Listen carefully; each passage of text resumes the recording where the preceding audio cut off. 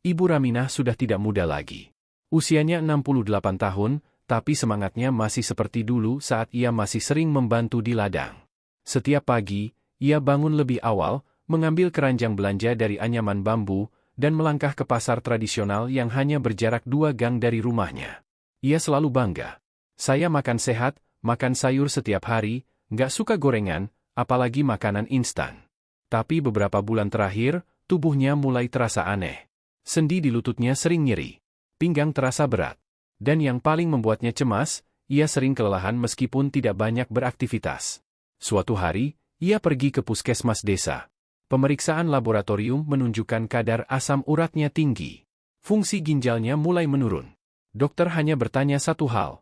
Bu, sayurnya tiap hari makan apa saja ya? Ibu Raminah tersenyum polos. Biasanya bayam, daun singkong, terong, kadang tauge juga, Dok. Itu favorit saya sejak muda. Seketika, ekspresi wajah sang dokter berubah. Ia menghela napas pelan dan berkata, Bu, justru sayur-sayur itulah yang mungkin jadi penyebabnya. Loh, sayur? Berbahaya? Disinilah rahasia yang selama ini banyak orang tak tahu. Kita tumbuh besar dengan anggapan bahwa semua sayur itu sehat. Tapi ternyata, tidak semua sayuran cocok untuk lansia. Bahkan, beberapa bisa memicu asam urat, memperparah nyeri sendi, hingga membebani kerja ginjal secara perlahan. Dan sayangnya, jenis sayuran ini hampir setiap hari ada di meja makan kita. Tanpa kita sadari, kita sedang memasukkan racun perlahan ke dalam tubuh orang tua kita. Mau tahu sayuran apa saja yang diam-diam berbahaya bagi lansia? Dan kenapa efeknya bisa sedahsyat itu? Simak video ini sampai habis, karena ini bukan hanya soal makanan, tapi soal hidup sehat di masa tua. Dan mungkin, ini bisa menyelamatkan seseorang yang Anda cintai. Setelah pulang dari puskesmas hari itu, Bu Raminah hanya diam di beranda rumah. Tangannya masih memegang kantong belanjaan berisi sayur, bayam, terong, daun singkong, semua yang biasa ia anggap sahabat tubuhnya. Tapi kini, semuanya terasa seperti asing. Seperti ia baru saja dikhianati oleh sesuatu yang selama ini ia percaya. Anaknya, Pak Iskandar, yang tinggal di kota, akhirnya turun tangan. Ia mulai mencari tahu satu persatu sayur yang dikonsumsi ibunya. Dan dari situlah terbongkar fakta mengejutkan. 1.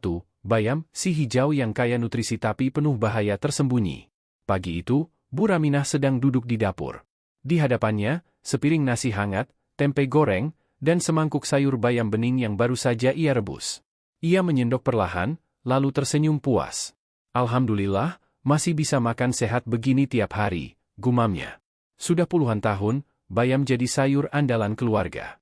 Murah, gampang didapat, dan katanya penuh zat besi untuk kekuatan tubuh. Tapi siapa sangka? Justru dari kebiasaan ini, diam-diam bahaya mulai tumbuh dalam tubuh Bu Raminah. Beberapa minggu terakhir, ia sering merasa pinggangnya nyeri. Saat buang air kecil, rasa tidak nyaman mulai terasa. Anaknya membawanya ke puskesmas. Hasilnya, fungsi ginjal ibu menurun. Ada tanda-tanda pembentukan batu kecil di saluran kemih, kata dokter sambil menunjukkan hasil lab. Bu Raminah terdiam. Ia tak minum soda, tak makan daging berlebihan, tak konsumsi suplemen aneh-aneh. Lalu, kenapa? Dokter bertanya, ibu sering makan sayur apa? Bu Raminah menjawab ringan, ya bayam, dok. Hampir tiap hari. Dan disitulah masalahnya. Bayam, meskipun kaya nutrisi, juga mengandung oksalat tinggi. Zat ini dapat mengikat kalsium dalam tubuh, dan bila terlalu banyak, akan membentuk kristal yang menumpuk di ginjal. Apalagi jika dikonsumsi sering tanpa cara pengolahan yang benar. Air rebusan bayam, yang sering diminum Bu Raminah karena dianggap menyehatkan, ternyata mengandung oksalat dalam jumlah besar. Jadi apa yang dianggap obat, justru perlahan jadi racun. Dan itulah kenyataan yang mengejutkan banyak orang. Tidak semua yang hijau itu aman. Tidak semua sayur cocok untuk semua usia. 2. Daun singkong, favorit desa yang tinggi purin. Hari itu, Pak Iskandar baru saja pulang dari pasar. Di tangannya ada bungkusan daun singkong segar, dibungkus daun pisang. Ia tahu betul, itu sayur favorit ibunya. Bu, aku beliin daun singkong kesukaan ibu nih. Mau dimasak urap atau rebus aja? Bu Raminah tersenyum. Matanya berbinar, seakan ingat masa muda saat masih sering memetik sendiri daun singkong dari kebun belakang rumah. Wah, enaknya direbus aja, terus dimakan sama sambal terasi. Jadi ingat bapakmu dulu, kenangnya. Mereka tertawa sebentar. Tapi di balik tawa itu, Ada sesuatu yang belum mereka sadari. Sore harinya, lutut Bu Raminah mulai terasa nyeri. Bahkan malamnya, kakinya mulai bengkak. Ia berpikir, mungkin karena terlalu banyak berjalan pagi tadi. Tapi ternyata bukan itu. Beberapa hari kemudian, hasil laboratorium menunjukkan bahwa kadar asam urat dalam tubuh Bu Raminah melonjak. Dokter menjelaskan, daun singkong mengandung purin yang sangat tinggi.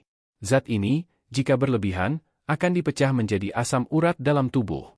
Dan pada lansia, ginjal tidak sekuat dulu untuk membuang sisa-sisa purin itu. Akibatnya, kristal asam urat menumpuk di persendian, menyebabkan radang, nyeri, dan pembengkakan. Bagi orang muda, ini mungkin tidak terasa. Tapi untuk orang seusia Bu Raminah, efeknya bisa menyiksa. Saya kira, makin kampung makin sehat, ternyata makin tua, makin harus pintar memilih, gumam Bu Raminah lirih sambil memijat lututnya. Inilah kenyataan yang sering terlewat. Sayur yang dianggap warisan nenek moyang, belum tentu cocok untuk tubuh lansia yang semakin rapuh. 3. Terong, lembut di lidah, dingin di tubuh. Hujan gerimis turun sore itu. Udara desa begitu dingin. Bu Raminah menyelimuti tubuhnya dengan selendang tipis, lalu menuju dapur. Ia ingin memasak sesuatu yang hangat. Matanya tertuju pada 2 buah terong ungu yang masih segar di sudut meja. Enaknya dibikin terong balado aja, biar ada rasa pedas-pedas hangat sedikit, gumamnya. Setelah matang, aroma terong goreng yang diberi sambal merah menyeruak memenuhi dapur. Ia makan dengan lahap, ditemani nasi hangat. Lembut di lidah, gurih di rasa, dan mengenyangkan. Tapi malam harinya, lutut Bu Raminah kembali terasa kaku. Bahkan ketika bangun untuk ke kamar mandi, kakinya sulit digerakkan. Ia sempat mengira cuaca dingin penyebabnya. Namun keluhan itu terus berulang. Setiap kali ia makan terong. Saat kontrol ke puskesmas, dokter menyebut satu hal yang membuatnya tercengang. Bu, terong memang enak. Tapi untuk beberapa lansia, terong bisa memicu rasa ngilu karena sifatnya yang dingin di tubuh. Dalam pengobatan tradisional dan beberapa studi, terong termasuk makanan yang memiliki efek mendinginkan tubuh. Dan bagi lansia dengan sendi sensitif atau rematik, makanan dengan sifat dingin bisa memicu kekakuan, nyeri, bahkan pembengkakan ringan pada persendian. Bukan karena salah memasak. Bukan karena terlalu banyak garam. Tapi karena tubuh yang menua sudah tak mampu lagi menerima semuanya seperti dulu. Saya kira rasa enak itu berarti sehat, ternyata tubuh saya sudah tak cocok lagi, lirih Bu Raminah, menatap sisa terong balado di piring makannya. Dan sejak hari itu, terong bukan lagi teman hari hujan. 4. Tauge mentah, kecil, segar, tapi rentan bakteri. Siang itu, cuaca terasa terik. Bu Raminah duduk di ruang makan, menunggu anaknya pulang membawa makanan kesukaannya, lotek, sayur rebus, tahu, tempe, dan tentu saja, sambal kacang yang gurih. Di atasnya, bertabur tauge mentah segar yang masih renyah saat dikunyah. Wah, ini favorit ibu dari dulu. Rasanya segar banget di mulut, katanya sambil tersenyum puas. Ia menghabiskan 1 piring penuh. Tapi malam harinya, perutnya mulai tak nyaman. Mulas, kembung, lalu bolak-balik ke kamar mandi. Awalnya ia pikir hanya masuk angin. Tapi gejala itu bertahan sampai 2 hari. Anaknya panik, membawanya ke puskesmas. Setelah ditangani dan diberi cairan infus ringan, dokter berkata, Bu, kemungkinan besar ibu terinfeksi bakteri dari makanan mentah. Tauge mentah itu sangat rentan tercemar kalau tidak dicuci benar dan tidak dimasak. Bu Raminah kaget. Selama ini ia percaya, makan segar itu sehat. Tapi faktanya, tauge mentah adalah tempat tumbuh ideal bagi bakteri seperti Salmonella dan E. coli. Apalagi jika dibeli dari pasar terbuka, tanpa penyimpanan yang steril. Bagi orang muda, mungkin hanya menyebabkan diare ringan. Tapi untuk lansia dengan daya tahan tubuh yang menurun, bakteri ini bisa menyebabkan infeksi serius. Bisa dehidrasi, bahkan berujung komplikasi di saluran cerna. Saya kira, yang mentah itu lebih murni dan sehat. Tapi ternyata, buat tubuh saya yang lemah, itu terlalu berisiko, gumam Bu Raminah pelan. Sejak hari itu, ia tetap makan lotek. Tapi taugenya? Selalu direbus dulu. Karena sekarang ia tahu, makanan sehat pun bisa jadi berbahaya, jika tidak disesuaikan dengan kondisi tubuh. Saatnya memilih dengan bijak, bukan sekadar ikut kebiasaan. Malam itu, Bu Raminah duduk di beranda. Di tangannya secangkir teh hangat. Ia menatap ke arah langit gelap, lalu menghela napas panjang. Dalam diam, ia berbicara dalam hati. Ternyata, makan sehat itu bukan soal banyak sayur, tapi soal tahu apa yang tubuh kita butuhkan. Apa yang cocok? Apa yang harus dikurangi? Selama ini, ia bangga tak pernah makan makanan instan, tak pernah jajan sembarangan. Tapi ia lupa satu hal. Tubuh yang menua berubah. Apa yang dulu bisa diterima, sekarang mungkin jadi beban. Apa yang dulu menyehatkan, kini bisa menyakiti secara perlahan. Dan ia tahu, banyak orang di luar sana yang seperti dirinya, percaya bahwa semua sayur pasti sehat. Bahwa makanan dari alam tak mungkin membawa bahaya. Padahal, justru karena alami itulah, kita harus lebih bijak. Karena alam tidak berbohong. Tapi tubuh kita, tidak selalu sama selamanya. Jika video ini membuka mata dan hati Anda, bagikan kepada keluarga dan teman Anda. Karena bisa jadi, di rumah lain, ada orang tua yang tanpa sadar sedang memakan sesuatu yang perlahan menyakitinya. Jangan lupa klik suka, subscribe channel Alinea Kisah, dan aktifkan loncengnya.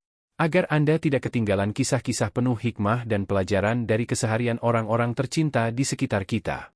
Sampai jumpa di video selanjutnya. Semoga sehat, panjang umur, dan selalu dalam lindungan Allah Subhanahu wa Ta'ala. Wassalamualaikum warahmatullahi wabarakatuh.